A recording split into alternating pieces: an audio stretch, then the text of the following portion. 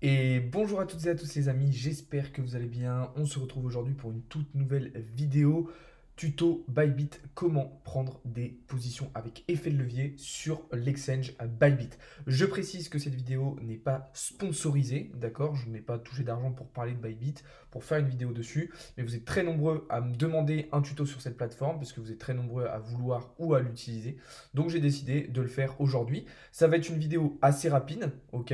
Je vais vous montrer simplement et de manière efficace comment prendre des positions. Il n'y a rien de très compliqué. Donc voilà, c'est parti, on va pouvoir commencer tout de suite. Juste avant ça, je vous invite à vous abonner si ce n'est pas déjà fait, à rejoindre le serveur Discord, vous avez le lien dans la description. Et pour ceux qui s'intéressent, si jamais vous voulez rejoindre Bybit, je vous ai mis un lien d'affiliation qui vous permet de rejoindre la plateforme, de vous inscrire sur la plateforme. Je suis gagnant, vous êtes gagnant. Voilà, vous n'êtes pas obligé de passer par mon lien, mais si jamais vous voulez qu'on se donne un petit coup de pouce mutuel, pardon, ça peut être intéressant. Alors, la première chose qu'il va falloir faire, c'est évidemment trader, aller chercher la crypto-monnaie qu'on veut trader. Donc ici, on va rentrer, par exemple, voilà, Bitcoin. Nous, ce qui va nous intéresser, et là où il va falloir faire attention, c'est les contrats perpétuels en USDT ou en USD. D'accord? Alors moi, je vous conseille plutôt de convertir vos euros en USDT, c'est plus simple. Et du coup, toujours faire attention, vous avez bien sélectionné une paire avec marqué contrat perpétuel. Sinon, si vous allez sur du spot, il n'y aura pas la possibilité d'utiliser les effets de levier et on sera plutôt sur l'investissement, du coup, on va dire à long terme. Donc là, on appuie enfin on clique sur BTC USDT et on va arriver sur cette page de trade. C'est celle qui nous intéresse. Alors là, pour la vidéo, je vais fermer mes positions en cours. Ok. Donc là, d'ailleurs, attends, je vais en laisser une. Comme ça, tout à l'heure, je vous ferai un exemple. Je vous ferai un exemple. Alors là, on va arriver sur la page de trade. C'est vraiment celle-ci qui nous intéresse. En haut à gauche, déjà, vous allez avoir à chaque fois la crypto-monnaie qu'on va trader, que vous allez vouloir trader. Donc là, vous voyez qu'ensuite, vous pouvez, plutôt que retourner sur la plage d'accueil à chaque fois, choisir la crypto-monnaie que vous voulez trader. D'accord? Donc vous pouvez soit slider, soit directement rechercher. D'accord? Celle que vous voulez. Toujours faire attention à que ce soit bien en USDT et qu'on soit bien sur un contrat perpétuel. Donc là, vous pouvez d'ores et déjà cliquer ici sur contrat perpétuel USDT. D'accord? Ensuite, on va avoir les informations principales sur la crypto-monnaie en question, le prix, les variations sur les 24 heures. On va avoir ici le carnet d'ordre d'achat et de vente. Ça, c'est pas ce qui nous intéresse le plus.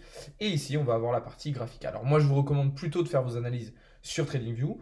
Mais voilà, si vous voulez rajouter quelques petites choses, regarder des choses en temps réel, ça peut être un outil intéressant. Nous, la partie qui va nous intéresser le plus, c'est cette partie-là à droite. D'accord? C'est là où on va rentrer les informations pour prendre une position, pour prendre un trade, que ce soit en long ou en short. La première chose à faire, ça va être de bien vérifier que vous êtes ici dans standard et non pas dans stratégie. Ça, on le verra peut-être plus tard dans une autre vidéo. Là, on va rester sur du standard.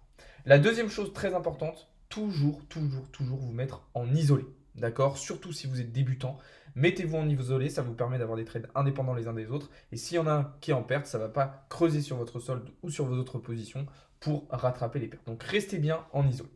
Ensuite, vous allez choisir votre effet de levier, que ce soit en long ou en short. Alors là, c'est vraiment propre à chacun en fonction de votre niveau, en fonction de votre capital, en fonction des risques que vous voulez prendre. Mais faites attention, moi, pour vous dire, la plupart du temps, je suis sur des effets de levier qui sont environ aux alentours de 10. C'est très rare que j'utilise des effets de levier plus importants.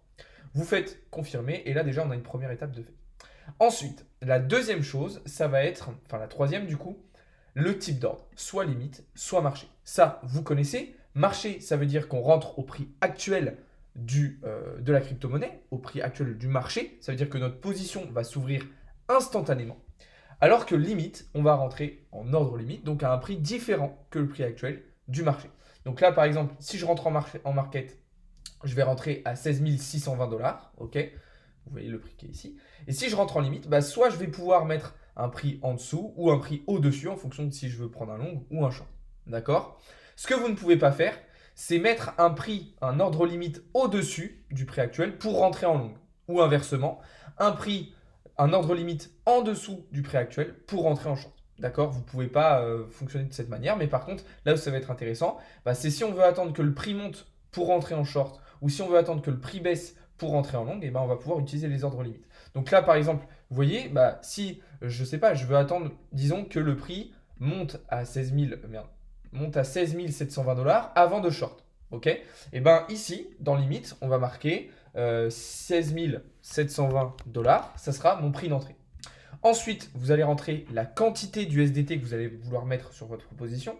Donc là, c'est à vous de voir un petit peu comme l'effet de levier en fonction de votre risque management, quel pourcentage de votre capital vous misez sur chaque position. D'accord? Donc là, par exemple, moi je vais faire au pif pour l'exemple de la vidéo, mais on va mettre, disons, 50 USDT. Donc là, c'est une part beaucoup trop importante de mon portefeuille, hein, mais c'est pour l'exemple. Ensuite, vous allez bien cocher ici, acheter ou vendre avec TPSL, en fonction si vous voulez acheter ou vendre, pour justement pouvoir rentrer vos take profit et vos stop loss. Donc là, nous, on veut rentrer en short avec un prix d'entrée au-dessus, donc on va faire vendre.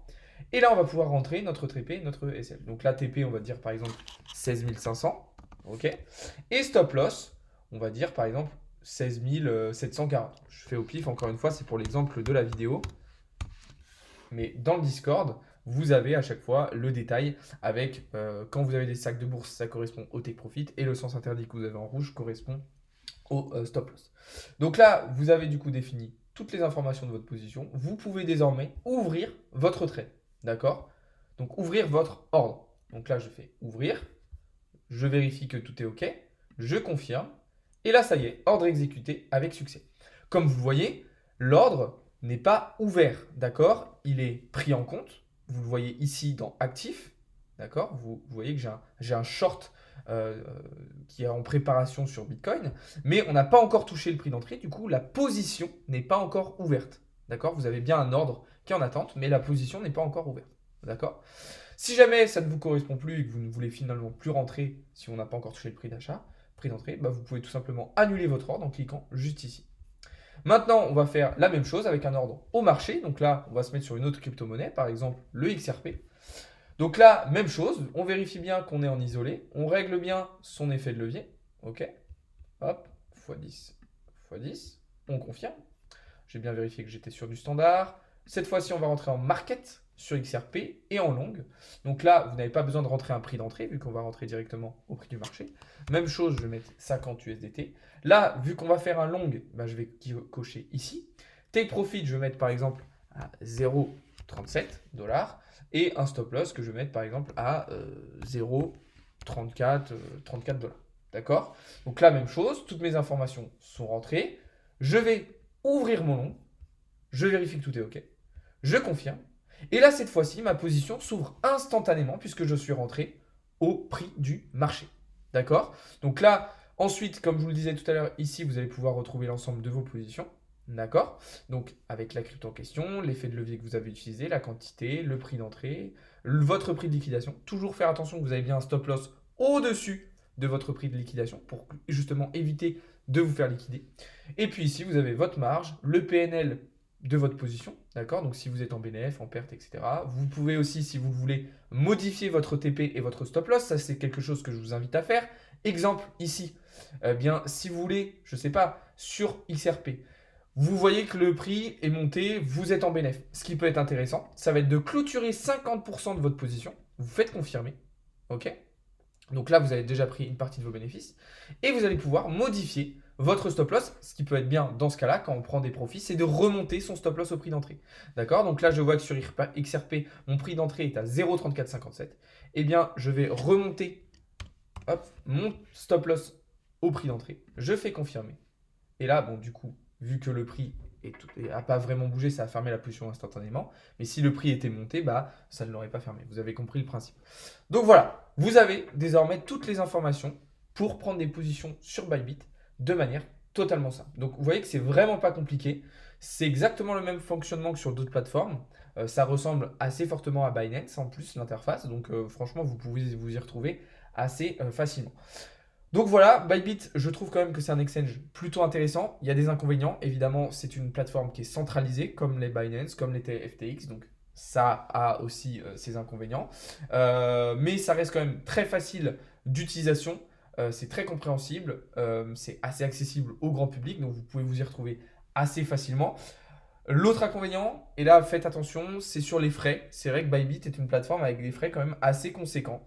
Donc voilà, pour si vous laissez des positions ouvertes un certain temps ou si vous prenez beaucoup de positions, attention, c'est vrai qu'il y a des frais assez importants sur Bybit. Mais bon, rien d'extraordinaire non plus, c'est pas catastrophique. Donc voilà, Eh bien, j'espère que cette vidéo vous a plu. Si c'est le cas, n'hésitez pas à me le dire. S'il y a des choses que vous n'avez pas compris, si vous avez des points sur lesquels vous voulez que je revienne dans une prochaine vidéo, n'hésitez pas à me le dire en commentaire. Si vous voulez que je fasse d'autres tutos sur d'autres plateformes, n'hésitez pas non plus à me le dire dans les commentaires. Je vous invite à vous abonner comme d'habitude, à rejoindre le serveur Discord si ce n'est pas déjà fait. Et encore une fois, si vous voulez rejoindre Bybit, je vous ai mis un lien dans ma bio, donc dans mon Linktree, pour que vous puissiez rejoindre. Sur ce, bonne fin de journée à toutes et à tous les amis. Salut, c'était Alex de Crypto Learning.